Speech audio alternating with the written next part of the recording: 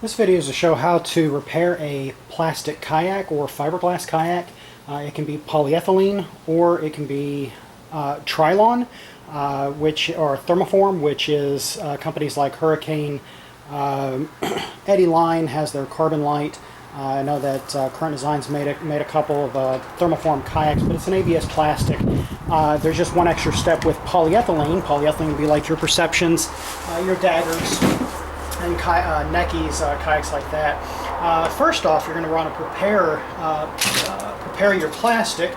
So if this was the inside of the kayak and you had a little hole right here, I'd go ahead and take some sandpaper and really rough up the area, the surface that you are repairing on the inside. Be sure to go in both directions. You can also use a sander for this. Grinder wheel, not a grinder wheel, but a sander wheel. Grinder would just go right through this plastic way too fast. But really make sure you have this nice and sanded. I would be using this is only 150 grit, but I would actually be using on an actual boat somewhere around an 80 grit, maybe 50 to 80, really coarse, so it can really scuff up the kayak on the inside, again, any area that you're going to be hitting. Now, I'm going to be using a 5-minute epoxy, so it'll be nice and quick. Just put this in a little box here, just so it's not all over the place, but pretty simple. I'm going to take my fiberglass. I'm using fiberglass tape on this particular video just because it doesn't fray like other fiberglasses, so it's much easier to work with. You can see that the edges doesn't fray. Now if I were to pull on this edge it would fray, but at least you only have 2 edges that can fray instead of multiple.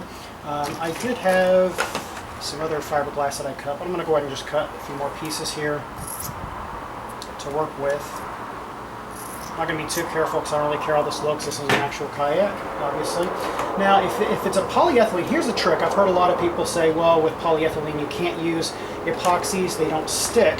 The trick is using a propane torch, and you're actually polarizing the material. And what that means is that you're taking those molecular structure and opening it up so the resins can seep into the material and form a nice bond. Now I would have, if I use like an 80 grit sandpaper, 50 or 80 grit sandpaper, I would also have a good mechanical bond, but with the polarization it gives it also somewhat of a little bit of a chemical bond. I'm going to want to put a 1-inch blue flame. The wind's really blowing here, so hopefully I'll be able to get my torch going. So about a 1-inch blue flame. I'm not trying to heat up the material, but just trying to polarize it. So you're going to be hitting it almost like you're spray painting. Go in both directions. Again, not trying to heat up the material, not trying to melt the material, just hitting it with that blue flame.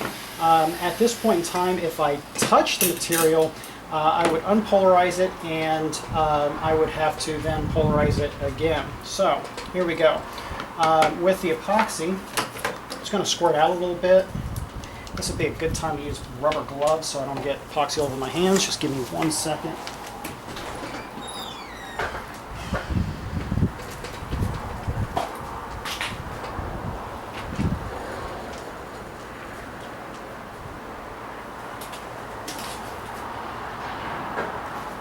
Okay. So, I like putting the rubber gloves on my hands so I can actually really work on my hands.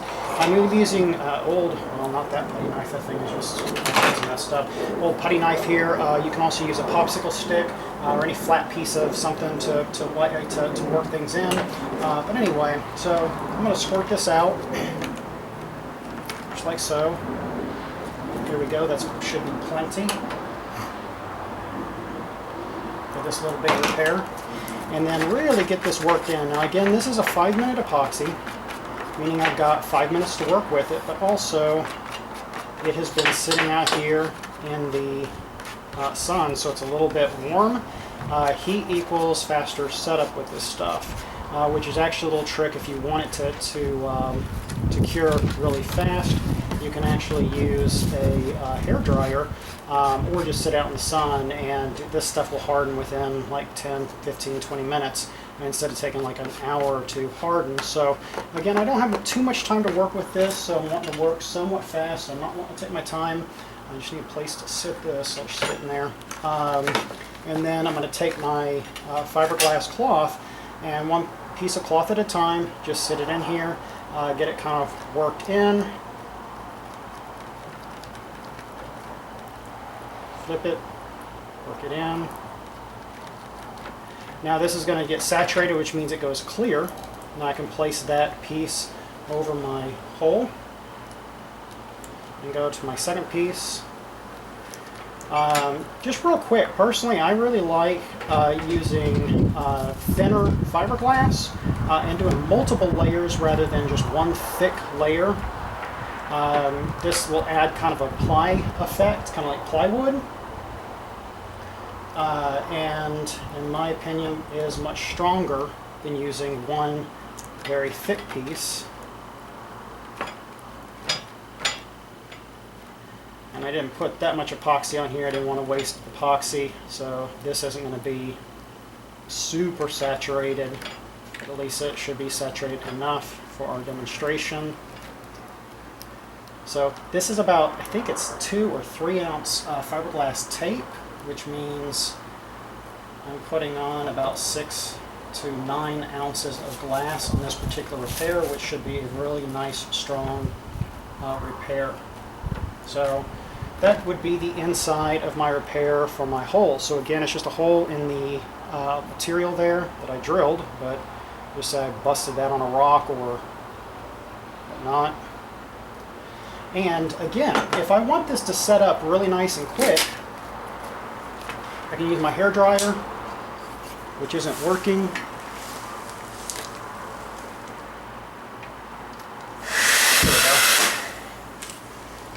Use my hair dryer and put some heat directly on it.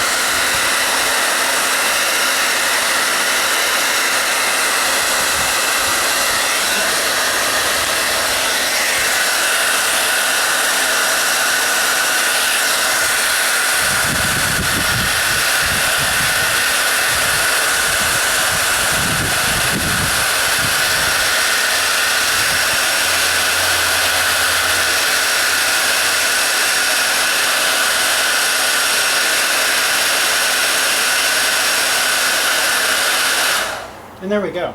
Since that got really nice and hot, it should cure really fast. And we'll come back in a second and I'll repair the other side.